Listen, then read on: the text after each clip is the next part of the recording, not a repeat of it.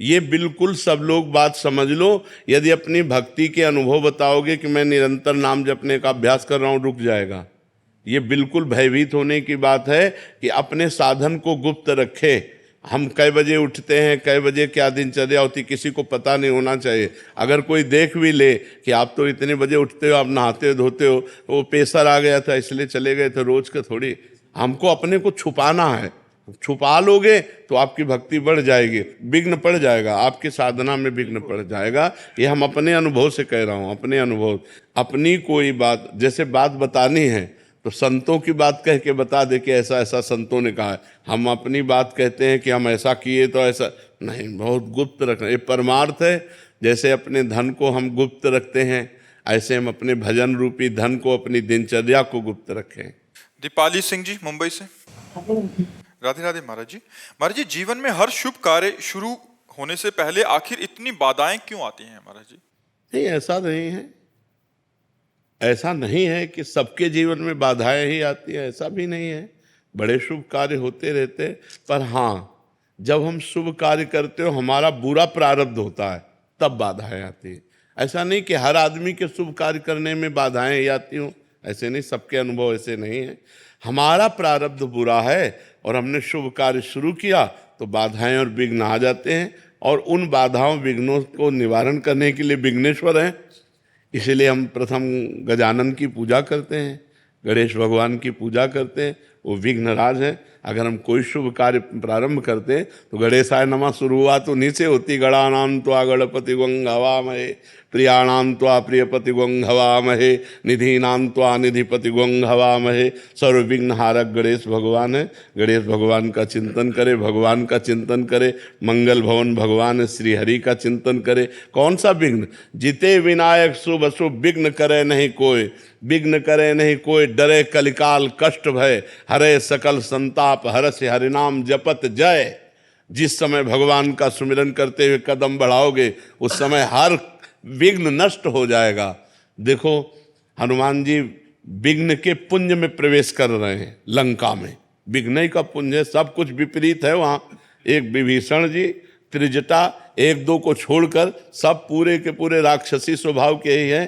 प्रविश्य नगर की जय सब काजा, हृदय राखि कौशलपुर राजा। यदि हृदय में हम भगवान का चिंतन करते हुए कोई भी शुभ कार्य करें तो बाधा नहीं, हमें बाधा नहीं पहुंचा सकते। जहाँ राधा है वहाँ बाधा कहाँ है? जहाँ राधा वहाँ बाधा कहाँ है? खूब नाम जप करो, मंगलमय भगवान की जय बोलो और अपने कार्य में शुरू हो जाओ, तो कहीं कोई बाधा नहीं है। विजय श्री वही है जहाँ भगवान का चिंतन है, और जहाँ भगवान का चिंतन है तब तो माया है ही। अमित कुमार राज जी। राधे राधे महाराज जी। राधे राधे महाराज जी। महाराज जी, भगवत गीता या वेदों का सबसे महत्वपूर्ण संदेश क्या है? आज के जीवन के लिए सच्ची भक्ति और दिखावे की भक्ति में क्या अंतर है? पहला, हर शास्त्रों का एक ही संदेश है, अज्ञान का नाश करके अपने स्वरूप में स्थित हो जाओ, अर्थात भजन करके भगवत प्राप्त हो जाओ। भक्ति में भजन करके भगवत प्राप्त हो जाओ, ज्ञान में अज्ञान का नाश करके अपने स्वरूप में स्थित हो जाओ, अष्टांग योग में अपनी चित्तवृत्ति का निरोध करके परमात्मा प्राप्त हो जाओ। सब शास्त्रों का, सब साधनों का एक ही फल है। सब साधन कर यह फल सुंदर, प्रभु पद पंकज प्रीति निरंतर। अंतर रहित भगवदाकार वृत्ति, यही सब शास्त्रों का सार है। और आज हो चाहे कल हो, भक्ति का स्वरूप नहीं बदलता है, वही भक्ति का स्वरूप है। जब तक संयम से नहीं चलोगे, पापाचरण का त्याग नहीं करोगे, और जो शास्त्र आज्ञा, तस्मात् शास्त्रम प्रमाणम ते कार्याकार्यो व्यवस्थितो, जो शास्त्र विधान है उसके अनुसार नहीं चलोगे तो भक्ति का रंग नहीं आएगा। पाखंड भले कर लो, चार लोग तुम्हें प्रणाम नमस्कार कर लेंगे, लेकिन भगवत साक्षात्कार नहीं हो सकता। भगवत साक्षात्कार तभी हो सकता है जब इंद्रियां जो हमारी प्रकृति की तरफ जा रही, मना कष्टान इंद्रियाणी प्रकृति स्थान कर सती, उनको मोड़ करके परमात्मा में लगा दे। जितेंद्रिय हो, श्रद्धावान हो, निरंतर भजन परायण हो, सब कुछ प्राप्त हो जाएगा। अगर जितेंद्रिय नहीं है, श्रद्धावान नहीं, भजन परायण नहीं है, तो पाखंड कर सकता है, ढकोसला नाटक कर सकता है, भक्ति नहीं है। भक्ति कोई साधारण वस्तु नहीं है। भक्ति अंतर की वृत्ति है। अगर वृत्ति भगवान में नहीं लगी और बाहरी ये भेष है तो इससे कुछ नहीं होने वाला। और बाहरी वेश भी है और अंतर से उद्देश्य भी है, तो सोने पे सुगंध, फिर क्या कहना है। तो वेश में कभी कभी हम पाखंड का आश्रय ले लेते हैं, इसलिए बहुत सावधान रहना चाहिए। वेशधारी हरि के उरशालय, यदि वेश केवल है, उद्देश्य नहीं है, तो बहुत बड़ा समाज का हानिकारक व्यक्ति वो है, बहुत बड़ा भ्रष्ट हो सकता है, क्योंकि उसका उद्देश्य ही नहीं है जितेंद्रियता, भगवत भक्ति, शुद्ध ज्ञान। तो इसलिए सब शास्त्रों का एक ही है कि अज्ञान का नाश करके स्वरूप में स्थित हो जाओ, निरंतर भजन परायण रहो। किसका, हाँ, आप समझ पा रहे हैं? विद्या और श्रुति जी, श्री हरिवंश महाराज जी। महाराज जी आपके चरणों में कोटि कोटि प्रणाम। महाराज जी आपकी सत्संग और भगवत कृपा से हम सच्चे मन से आध्यात्मिक मार्ग में अग्रसर होना चाहते हैं, परंतु जितने आगे बढ़ना चाहते हैं उतना ही आध्यात्मिक प्रतिकूलता, भ्रांति, द्वंद आदि बाधाओं से परास्त होकर आगे नहीं बढ़ पा रहे। ना ही जहां हैं वहां रह सकते हैं, ना ही मार्ग से पीछे हटना चाहते हैं। आपके श्रीमुख से सुना है कि देखो, सबसे खास बात समझ लो, चाहे जिस मार्ग का पथिक हो, चाहे ज्ञान मार्ग का, चाहे योग मार्ग का, चाहे भक्ति मार्ग का, तेषाम शतत युक्तानाम भजताम प्रीति पूर्वकम ददामि बुद्धि योगम तम येन माम उपयांति ते। प्रेम पूर्वक जब तक भजन नहीं करोगे तब तक बुद्धि का परमात्मा से योग नहीं होगा। जब तक बुद्धि का परमात्मा से योग नहीं होता, प्रकृति से योग होता है, तो प्रकृति विषम है, सुख दुख, मान अपमान, हर्ष शोक, लाभ हानि, ये द्वंद्व व्यापते रहेंगे। इसलिए डट के भजन करो, सब खत्म हो जाएगा। जो गुरुजी ने नाम दिया है या जो नाम प्रिय, डट के भजन करो। बारी मथे घृत होए बरु, सिकता ते बरु तेल, बिनु हरि भजन न भवतरी, या सिद्धांत पेल। राधा राधा राम राम राम राम हर समय जपो, देखो कितना विशुद्ध ज्ञान आ जाएगा, देखो कितना आनंद आने लगेगा, हर द्वंद्वों पर विजय प्राप्त कर लोगे। भजन नहीं करोगे तो फिर कोई साधन नहीं, सब साधन शून्य है। भजन अंक है, अंक लगे पर हर साधन 10 गुना लाभ देगा। अगर भजन नहीं हो रहा तो फिर कोई नहीं। भजन बहुत कठिन चीज़ है, हर समय भगवान का चिंतन करना ये बहुत कठिन चीज़ है। अगर ये कर ले गए तो इस दुरंत माया से पार हो जाओगे। दैवी हेषा गुणमयी मम माया दुरत्या, ये जो भगवान की दुरत्य माया है, इससे पार वही हो सकता है जो भजन करता है, डट के भजन करता है, हट के भजन करता है। जो माया से, प्रपंच से हट के रात दिन भजन करता है, वो सब द्वंद्वों पर विजय प्राप्त कर लेता है। भजन के बिना सब अधूरी बात है। खूब भजन करो, किसका प्रश्न है? हाँ, भजन करो, सब ठीक हो जाएगा, सब ठीक हो जाएगा। और कुसंग न होने पावे। अगर भजन हो रहा है और साथ में कुसंग हो रहा है तो ऐसा समझ लो कि गाय दूध देने वाली बढ़िया ले हम दूर रहे चलनी में। चलनी समझते ना, जिससे हम आटा छालते हैं, उसमें गाय दूर हैं। एक बूंद पीने को मिलेगा? नहीं मिलेगा, तब निकल जाएगा। तो आप नाम जप कर रहे हो, भक्ति कर रहे हो और व्यभिचार कर रहे हो, गंदे लोगों का संग कर रहे हो, गंदे दृश्य देख रहे हो, गंदी बातें कर रहे हो, तो चलनी में गैया दुहे और दोष दैव को दे, हरिगुरु कहो न मानई अपनो ही फल ले। वो मानो गाय को चलनी में दूरा कह रहा हमारे भाग्य में दूध नहीं लिखा है, कि पात्र बदल दे, पात्र सही पात्र में दूध तो तुम्हारा भाग्य भी हो जाए। भाग्य से भजन नहीं होता, भजन करने से भजन होता है। भाग्य में भजन नहीं लिखा, भाग्य में 2 ही बातें लिखी, शुभ और अशुभ कर्म, पाप और पुण्य, उसका फल सुख और दुख, बस इतना ही लिखा है। जो नवीन कर्म करने के लिए हमें मानव देह मिला है, इसमें हम भाग्य को नहीं कोसते, इसमें हम इतने प्रवीण बनते हैं, इतने बलवान बनते हैं, रौंद दो भाग्य को और नए भाग्य की रचना करो। मनुष्य शरीर नए भाग्य की रचना के लिए मिला है, पुराने भाग्य से बर्बाद होने के लिए नहीं मिला। अब भजन नहीं हो, लोग कहते हैं जवानी में भजन करने के, जवानी कोई भजन करने की है क्या? जवानी ही भजन करने की है। अच्छा, बुढ़ापे में सोच भी लोगे तो क्या कर पाओगे? जवानी में सोचा और क्रिया में उतर गए। तो अगर नाम जब चलता होता, यार नहीं, दूसरों को बचाओ और खुद बचो, और अगर अपनी बुद्धि ठीक नहीं है, भजन परायण नहीं है, तो दूसरों को भी कष्ट देगी और खुद नरक भोगेगी, कष्ट भोगेगी। इसीलिए हम कहते हैं अध्यात्म के बिना मनुष्य राक्षस है, राक्षस रूप नहीं है, चिंतन राक्षसी हो जाता है। तो बहुत होश में, और ये होश बिना भजन के नहीं।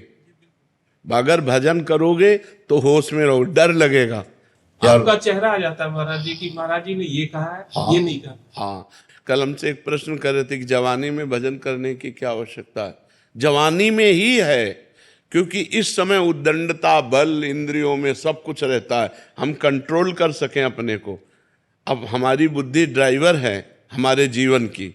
अगर बुद्धि शुद्ध है तो सही मार्ग पे चलेगी, और बुद्धि अशुद्ध है तो एक्सीडेंट करवा देगी, कहीं ना कहीं कोई न कोई घटना करवा देगी, पूरा जीवन बर्बाद हो जाएगा। इसलिए नाम जप करो। समस्याओं का समाधान भगवान है, इंसान नहीं है। भगवान हर समस्या का समाधान है। वो कर तुम अकर तुम अन्यथा कर तुम सर्व समर्थ है। भगवान को लेकर चलो।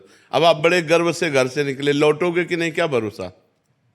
घर से निकलो भगवान का चिंतन करते हुए, भगवान का स्मरण करते हुए। वो बचाएंगे, वो आपकी रक्षा करेंगे। इसका नाम मृत्यु लोक है, बड़ा भयावह है। कब कहाँ कौन सी घटना हो जाए कुछ पता नहीं है।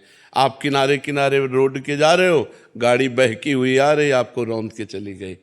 वो नाम जप है भगवान का, वो रक्षा कर लेंगे। करो सदा तिनके रखवारी, जिम बालक राखे महतारी।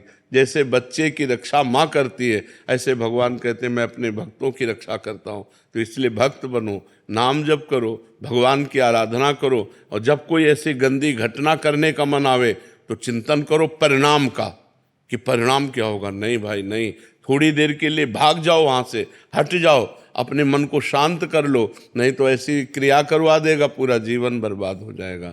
बहुत शांति से चलने के लिए मनुष्य जीवन मिला है, बहुत आनंद प्राप्ति के लिए। आदित्य राज जी बिहार से। श्री हरिवंश गुरु जी। श्री हरिवंश महाराज जी ऐसा क्या करें कि आपके प्रति सेवा बने? राधा राधा राधा, इससे बड़ी कोई सेवा नहीं। हमें जो चाहिए आपसे वो चाहिए कि आपका कल्याण हो जाए, आपका मंगल हो जाए। राधा राधा राधा, बस ये चाहिए। हमारा प्रेमी वही है, हमारा मित्र वही है, हमारा रिश्तेदार वही है, हमारा शिष्य वही है, हमें सुख देने वाला वही है, जो अपने आचरणों को सुधार कर नाम जप कर रहा है। बस आप सुखी हो, हम अच्छे हैं।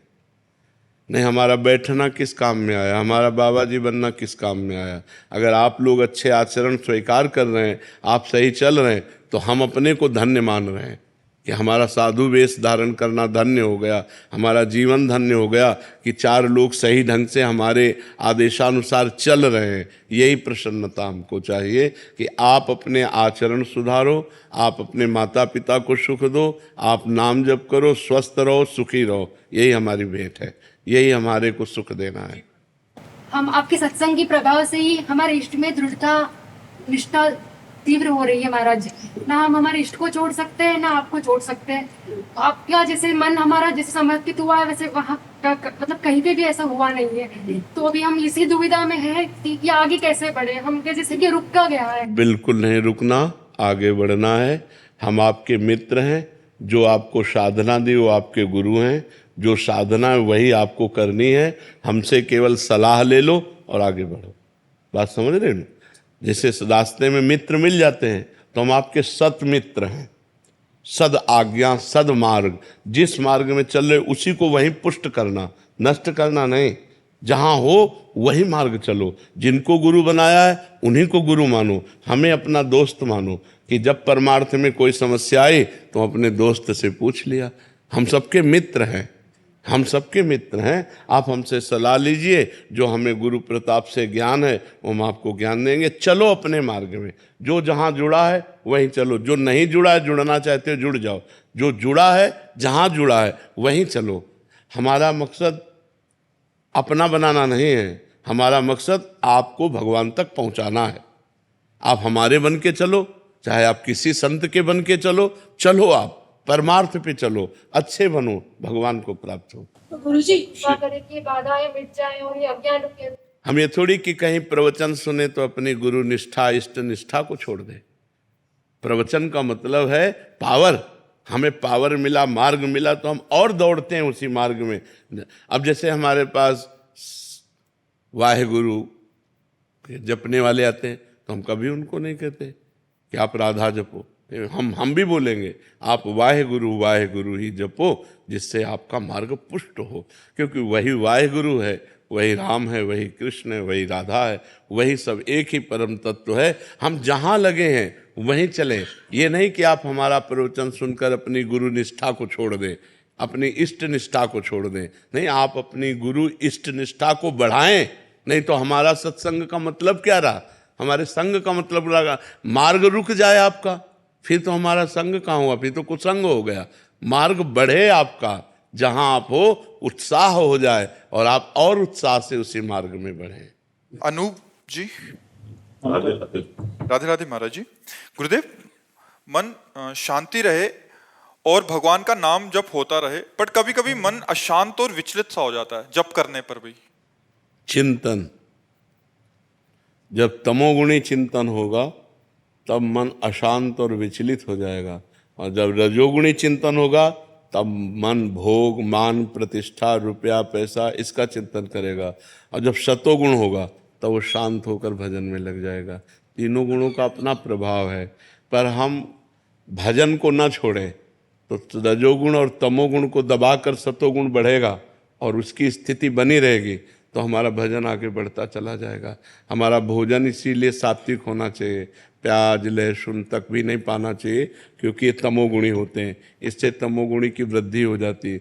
सतोगुण बढ़ाने वाला भोजन, सतोगुण बढ़ाने वाला पेय पदार्थ, सतोगुण बढ़ाने वाला संग और सतोगुणी शास्त्र, तब हमारा सतोगुण बढ़ेगा, जिससे हमारा चिंतन बहुत बढ़िया होने लगेगा। अगर हमारा चिंतन शांत होकर होने लगा और आनंद मिला भजन का, तो फिर रजोगुण तमोगुण की परवाह नहीं होगी, फिर वो भजन चलने लगेगा। अभी तीनों गुणों के अंतर्गत हम है ना, त्रिगुणातीत तो हुए नहीं, तो इसीलिए इनका प्रभाव पड़ता रहता है। कभी विक्षेप पड़ गया, कभी मन नहीं लग रहा, कभी अशांति, कभी भोग अच्छे लग रहे हैं, कभी भगवान अच्छे लग रहे हैं। ये दशा चलती रहती है। जब सिद्ध हो जाता है भजन, तब फिर वो त्रिगुणातीत हो जाता है, फिर उसका भजन बाधित नहीं होता। इसलिए खूब नाम जप करो, अशांत स्थिति में भी नाम जप करो।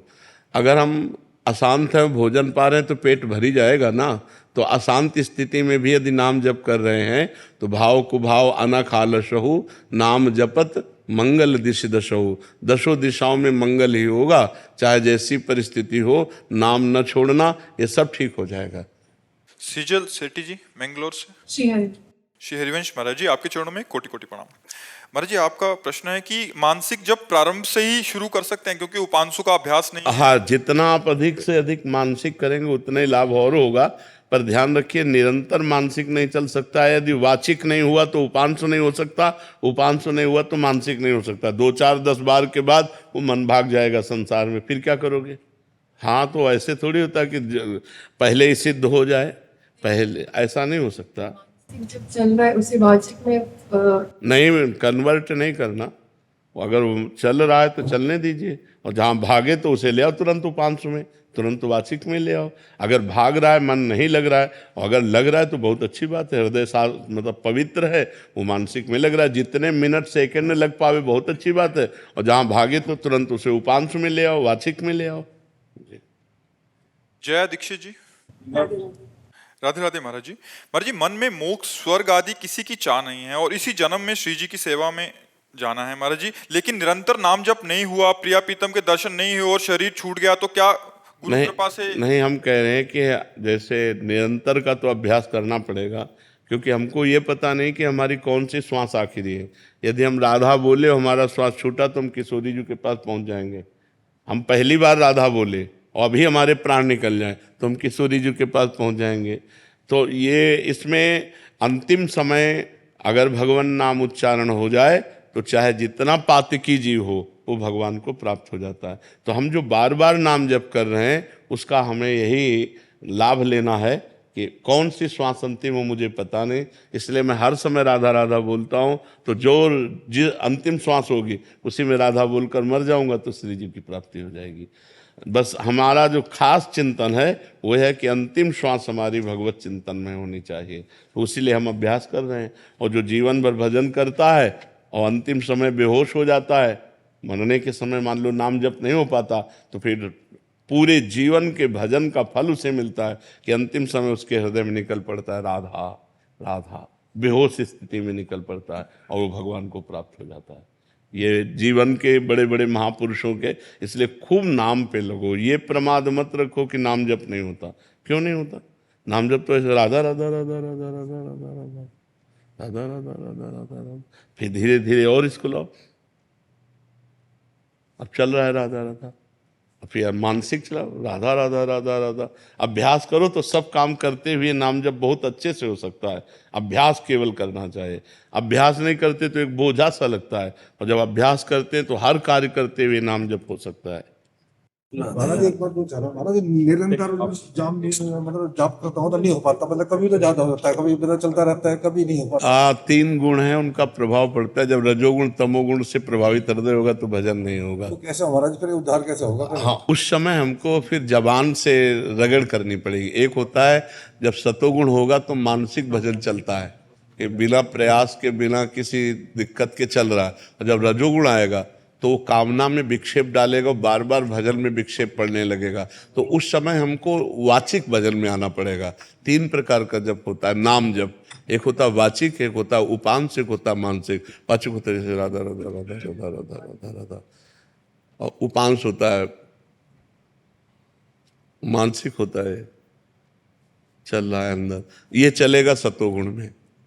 रजोगुण में उपांश आ जाओ, तमोगुण आ जाए तब तो वाचिक ही काम करेगा। राधा राधा राधा राधा, या कोई चौपाई या भगवान के कोई पद ऐसे याद कर ले तभी, नहीं तो तमोगुण आएगा तो भजन हो। निद्रा आलस्य प्रमादोत्तम तत्तामस मुदाहरतम, भगवान कह रहे नींद आलस्य प्रमाद स्थितियाँ ये सब छा जाती है। और जब रजोगुण आता है तो भोग की इच्छा, धन की इच्छा, मान की इच्छा, बड़ाई की इच्छा, ये इच्छाएं विक्षेप डालने लगती है। और जब सत्वगुण आता है तो भक्ति भाव, दया, करुणा, कृपा, ये सब बातें अंदर आने लगती है। तो हम सात्विक भोजन करें, सतोगुण को बढ़ावें, राजसिक और तामसिक भोजन का त्याग करें। और जब रजोगुण तमोगुण आ जाए तो उससे परिचय प्राप्त करना चाहिए कि इस समय रजोगुण आ गया, अब भोगों की इच्छा हो रही, इस समय मान प्रतिष्ठा की इच्छा हो रही, ये रजोगुण आ गया। अब प्रमाद का मतलब होता है करने योग्य कार्य को ना करना और ना करने योग्य कार्य को करने की इच्छा होना, ये प्रमाद स्थिति तमोगुण आ गया। तो अब तुरंत फिर हमको जप अपना बदल देना चाहिए। मानसिक जप से उपांश में आ जाना चाहिए, उपांश से वाचिक में आ जाना चाहिए, क्योंकि सतोगुण अधिक बढ़ेगा तब निरंतर मानसिक चलेगा। और एक बार चल पड़ा अच्छे से मानसिक पूरा 24 घंटे, तो तमोगुण रजोगुण को बाधित करता रहेगा, वो आ ही नहीं पाएंगे। नाम का ऐसा प्रभाव होता है, जब चलता है जब तो महाराज जी बड़ा अच्छा लगता है, मतलब जब हाँ। 2-4 घंटे चलेगा तो अच्छा लगेगा, मतलब बस दिमाग में मोहित वर्मा जी। महाराज जी, हमारे घर में हम सभी चाहते हैं कि हमारी संतान के रूप में एक महान भक्त प्रकट हो, उसके लिए हमें क्या करना पड़ेगा? आराधना खुद करनी पड़ेगी। जब तक माता और पिता भक्त नहीं होंगे, भगवान के चिंतन परायण नहीं होंगे, सतोगुणी नहीं होंगे, तब तक भक्त संतान कैसे? तो बड़े भाग्य होते हैं। कुलम पवित्रम जननी कृतार्था वसुंधरा पुण्यवती चैन, वो भूमि पावन हो जाती है, वो कुल पावन हो जाता है, वो माँ जय जयकार करने योग्य हो जाती है जिसके पुत्र भगवान का भक्त पैदा हो। नाम प्रसंग कहे तो उपदेश, जहाँ या धर्म धन्य सो देश, धन्य सो कुल जो जन्म भयो, धन्य सो तात धन्य सो माय, संतत सकल सुनो चित लाए। श्री हरिवंश, जो भगवान का नाम जप करने वाला भक्त जिस कुल में पैदा हुआ, वो देश धन्य, वो गांव धन्य, वो कुल धन्य, वो माता पिता धन्य जिसमें भगवान का अनुरागी भक्त। तो इसलिए कुछ नियमों का पालन अगर करे और भगवान का भजन करे तो भक्त संतान होने की संभावना है, वो भी भगवान की कृपा से। पहली बात तो जिस दिन से गर्भ आ जाए उस दिन से माँ और पिता दोनों ब्रह्मचर्य रहें, पति पत्नी दोनों ब्रह्मचर्य रहें। और सात्विक भोजन पावें, तीर्थों का अवगाहन करें, शास्त्र का स्वाध्याय करें, नाम जप करें और भगवान से प्रार्थना करें तो जरूर भगवान का भक्त गर्व से प्रकट हो सकता है। दूसरा कोई उपाय नहीं। संसार का त्याग करके रात दिन भगवान में चित्त जोड़ना ये बहुत बड़ी बात है, ये बहुत बड़ी बात है। तो ऐसा करे, भगवान से प्रार्थना करे और संयम से चले, नाम जप करे तो वही संस्कार गर्भस्थ शिशु में पड़ेंगे तो जरूर न जरूर भगवान का भक्त या देश भक्त पैदा हो जाए तो जीवन कृतार्थ हो जाए। महाराज जी, आपके श्रोता हैं जो सत्संग सुनते हैं, परसों आए थे महाराज जी, उन्होंने आपका बहुत देर पहले सत्संग सुना था कि जब बच्चा गर्भ में आ जाए तो ब्रह्मचर्य से रहें, और बहुत कह रहे कि हमने नाम जप भी किया और हमें अभी 1 साल का हो गया बच्चा, परसों आए थे तो कह रहे थे कि हमें इसमें दिव्यता नजर आ रही है। हाँ बिल्कुल, वो मतलब राधा नाम सुन के और एक उसमें सौम्यता, और जहां भी जाता है हमें एक प्रभाव दिखता है। तो महाराज जी उसका प्रभाव कह रहे कि हमें प्रत्यक्ष, मतलब महाराज जी के वचन सुन के हमने ऐसा किया और उसका प्रत्यक्ष उदाहरण महाराज जी। हमारे पिताजी बड़े भक्त थे। इस शरीर के जो पिता कभी जूता पहन के हल नहीं जोता, नंगे पैर हल जोता। और संतों की सेवा, तो हम लोग जब छोटे छोटे थे 4-4 संत आ जाते, सबके चरण दबाओ, चरण धो, चरणामृत पियो और उनके पास बैठना, वो श्री राम जय जय राम कीर्तन कराते, कीर्तन करते, भागवत हो रही वही बैठ के सुनते। बचपन से भागवतिक सब परमाणु मिले। माता जी को तो क्या कहना, साक्षात देवी। बस वो ऊपर एकांत, दुखंडा मकान था तो ऊपर एकांत में बैठे राधा कृष्ण की छवि रखे, वो तो बस जप में ही अधिक लगी रहती थी। तो उसका प्रभाव देखो कि हमारे पिताजी भक्त, माताजी भक्त, तो हम भक्त, हमारा परिवार का सब पूरा सदस्य भक्त, बहनें भाई सब भक्त हैं। तो जैसे हम परमाणु अपने परिवार को देते हैं वैसा ही हमारा परिवार होता है। तो हम माता पिता का विशेष योगदान होता है। पुत्र की उद्दंडता या सौम्यता ये माता पिता से। अब आप गंदे आचरण कर रहे हो, गर्भस्थ शिशु है, उल्टा सीधा खा रहे हो, उल्टे सीधी बातें कर रहे हो, वही संस्कार पड़ रहे हैं। आप जब बच्चे थोड़ा सयाने हुए, आप बीड़ी मंगा रहे हो, आप शराब पी रहे हो उनके सामने, वही संस्कार पड़ रहे हैं उनके, वही संस्कार बनते हैं। जब संस्कार दिए जाते हैं तो देखो सब, हमें लगता है कि अगर हम पुत्र को उन्नतशील बनाना चाहें तो गर्भ से हमें सावधानी रखनी पड़ेगी। गर्भ से ब्रह्मचर्य, जहाँ संतान आ गई फिर ब्रह्मचर्य का माता पिता कौन पालन करता है? कोई बिरला संयमी ऐसा हो सकता है कि 1.5 साल हमको ब्रह्मचर्य से रहना, बहुत कठिन बातें हैं ये। तभी संतानें देखो सब कामुक प्रवृत्ति की और मन में मलिनता लिए हुए, अपने माता पिता का भी अपमान करने वाली, समाज में द्रोह पैदा करने वाली, समाज में हानि पैदा करने वाली ऐसी संतानें होती है। तो बहुत सावधानी की जरूरत है।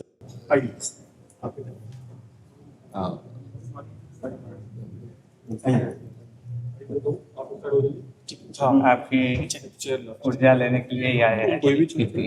आपके दर्शन, आप ऊर्जा देने के लिए आए हैं।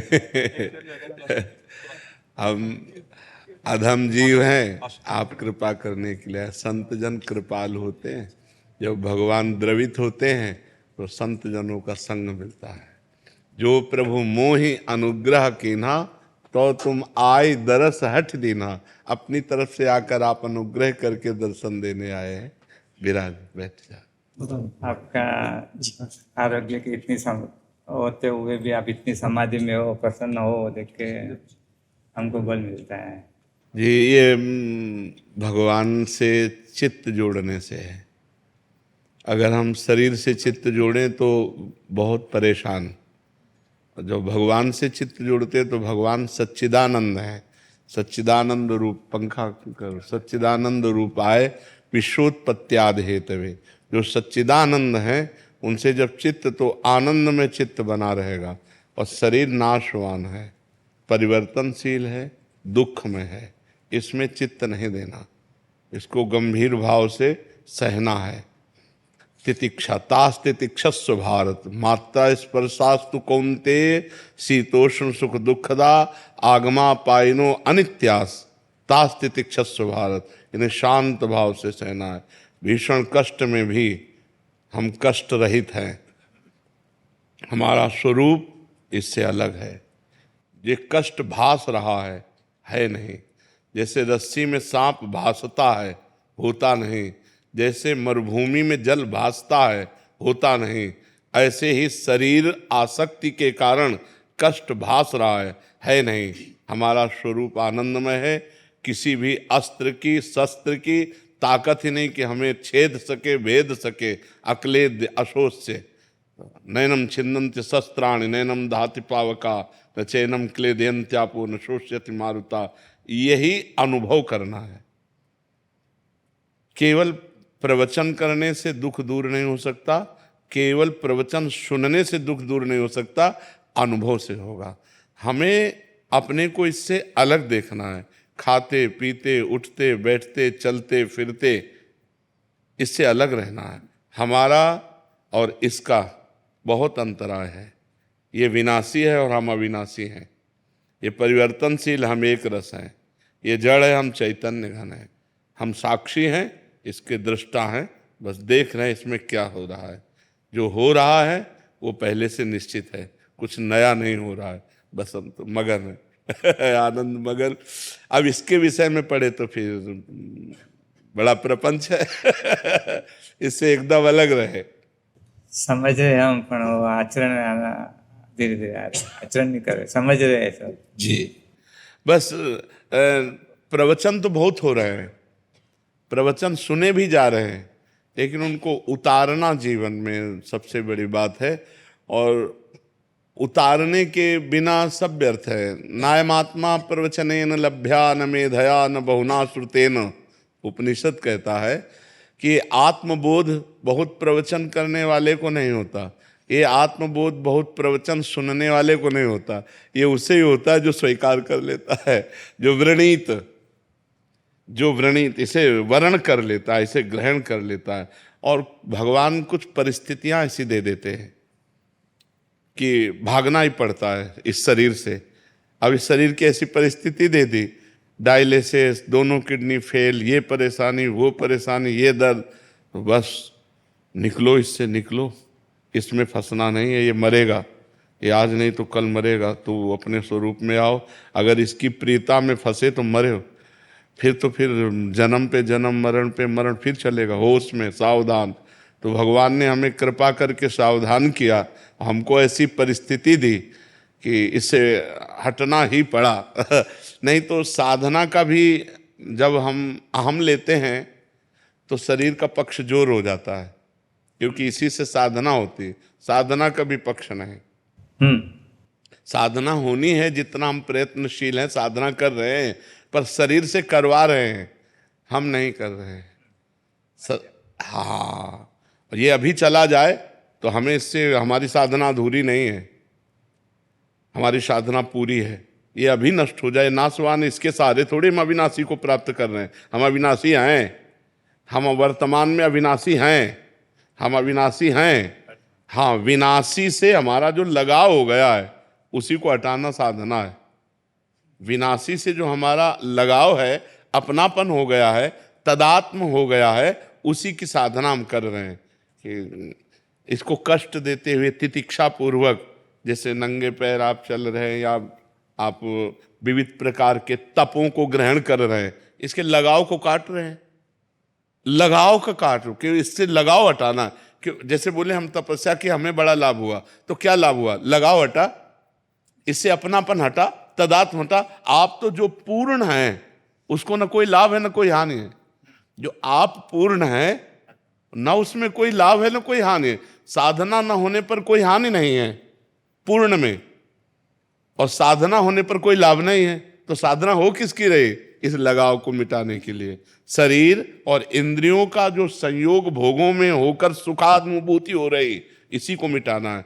और ये मिट गया तो सहज स्वरूप, शंकर सहज स्वरूप समारा, लाग समाधि अखंड पारा। चलते फिरते उठते बैठते हर समय सम स्थिति में जो महापुरुष है वो भगवान को प्राप्त महापुरुष है। और भगवान को प्राप्त करना नहीं है, वो प्राप्त हैं, बस ये लौट कर समझना है। थोड़ा लौटना पड़ेगा।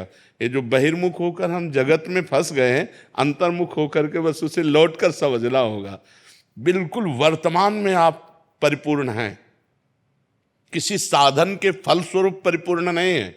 वर्तमान में आप परिपूर्ण बस अनुभव करो, इस बात को अनुभव करो, तत्त्वम आशी, तुम वही हो जिसकी खोज कर रहे हो। जब खोजने वाले को मिला तो खोजने वाला नहीं रहा। जब खोजने वाला जिससे मिला तो खोजने वाला नहीं रहा, क्योंकि वही था, वही था। दूसरा कोई था नहीं। बस ये अनुभव हो गया तो हर समय, क्योंकि आनंदमय अपना स्वरूप है ना, और दुखमय शरीर है, तो दुखमय शरीर से आनंदमय स्वरूप की यात्रा हमारी है। जो मृत्युर्मा अमृतम गमय, जो मृत्युमय शरीर में हमारी आसक्ति है, इससे हट करके अमृत स्वरूप जो हमारा स्वरूप है, उधर चलने की यात्रा है। उधर लौटना है। अपनी जो मना कष्टान इंद्रियाणी प्रकृति स्थान कर सती, वो परमात्मा स्थान है। इनको लौटाना है, अंतःकरण को समत्व में लाना है। जहां अंतःकरण सम हुआ, संकल्प विकल्प रहित हुआ, आप मुक्त स्वरूप हो। कोई कुछ मुक्त होने के लिए कोई औषधि, कोई तपस्या, कोई साध, आप मुक्त हो, मुक्त थे, मुक्त रहोगे। भाई यही समझने के लिए जो शरीर राग है, जो भोग राग है, जगत राग है, उसी को काटना है, उसी को काटना है। जिस साधन का अभिमान कैसे नष्ट होगा? गुरुजनों की सेवा में, गुरुजनों की सेवा में जब हम रहते हैं तो जो साधन बनता है तो गुरु कृपा से बनता है। जब गुरु कृपा से बनता है तो हम उसमें है ही नहीं, हम उसमें है नहीं। और जब हम उसमें नहीं हैं तो हमको फिर ज्ञान प्राप्त होना शुरू होता है। अज्ञान तिमिरांधस्य ज्ञानांजन शलाकया चक्षुरुन्मीलितम तस्मै श्री गुरुवे नमः। तो जब ज्ञान प्राप्त होता है तो इससे बड़े से बड़ा साधन हो जाने पर भी अपने में अहम नहीं होता, और बड़े से बड़ा असाधन हो जाने पर भी उसे क्षोभ नहीं होता। वो क्षोभ और अहम से दोनों से परे होता है। ये भी बात समझ लो, क्षोभ और अहम से बहुत परे होता है। जब गुरु कृपा से ज्ञान प्राप्त हो जाता है तो ना कोई प्रायश्चित होता है, ना कोई क्षोभ होता है, ना कोई हर्ष होता है। वो एक रस स्थिति है, गुणानुगुण वर्तन्ते मनुष्या पार्थ सर्वसा।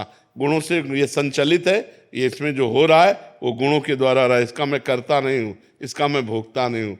बहुत आनंद का विषय है। बस चिंतन अपना अचिंत्य की तरफ होना चाहिए। हमारा जो चिंतन है वो अचिंत्य की तरफ होना चाहिए।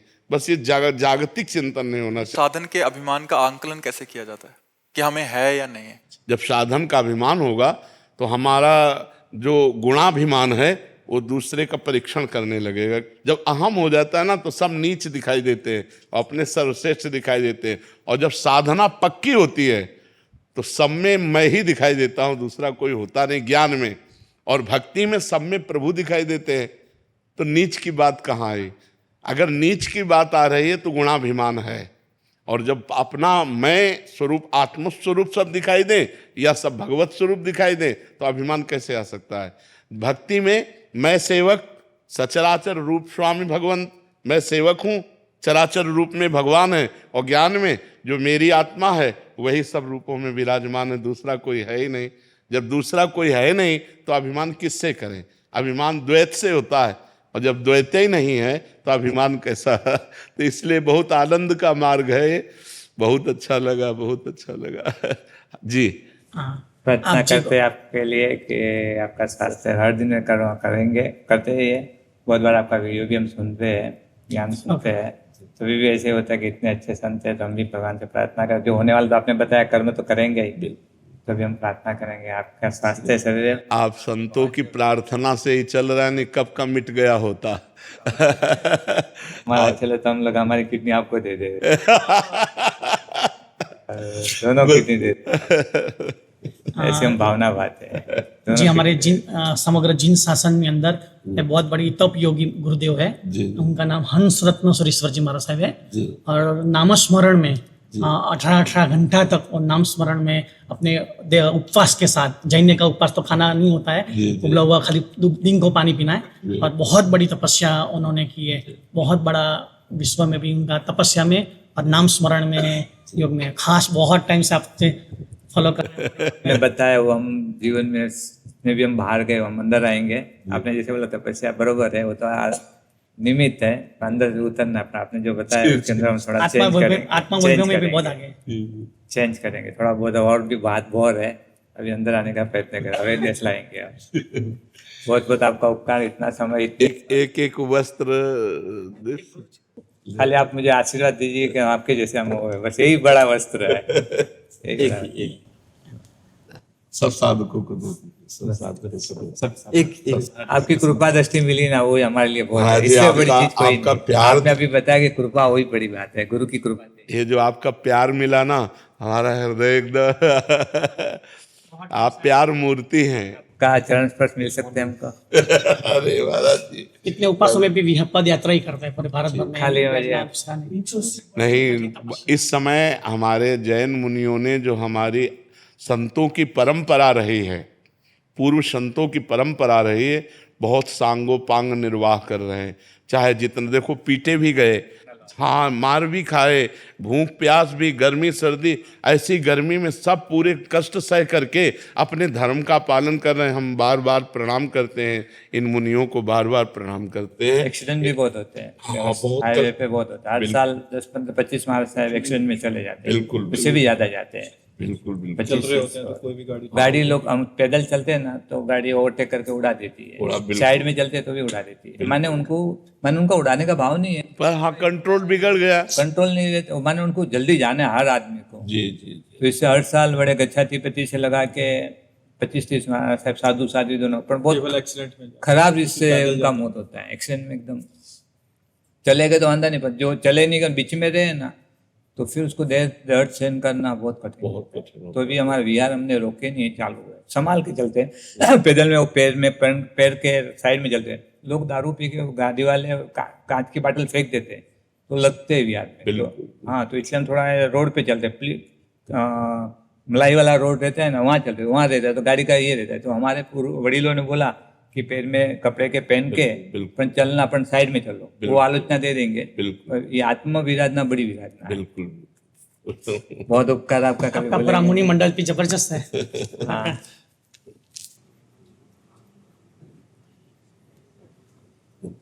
हाँ, थोड़ा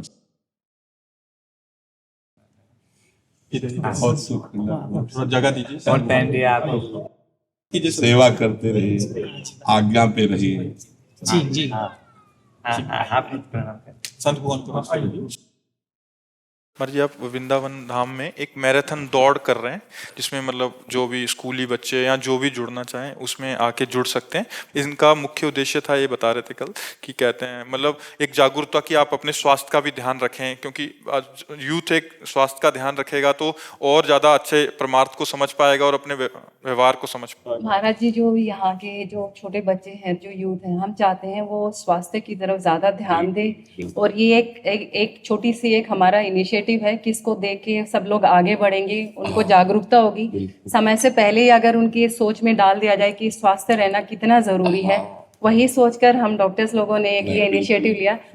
आप जो है कृपा करके बच्चों को इतना भी बता दीजिएगा कि जिन कारणों से स्वास्थ्य नष्ट होता है उनसे बचना चाहिए। छोटे बच्चों में, अब आप सयाने इसलिए आपको संकेत में बता रहे हैं, हस्त मैथुन की प्रक्रिया बहुत बढ़ रही है। महाराज जी, मेरे पास ऐसे बहुत केस आते हैं, मैं देखती हूँ। हमारे पास भी जब छोटे छोटे बच्चे आते हैं ना, और ऐसे आप लोग जैसे डॉक्टर हैं, तो बच्चों को बताइए कि ये प्रक्रिया आपके लिए बहुत हानिकारक होगी।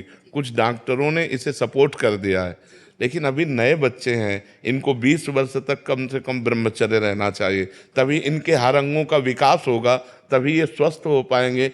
तो व्यसन और व्यभिचार, इन दो प्रवृत्तियों से बच्चों को बचाने की अगर हम कुछ प्रवचन करें या उनको समझाएं, क्योंकि छोटे बच्चों में संस्कार जैसे डाले जाते हैं वैसे संस्कार आगे चल करके फलीभूत होते हैं।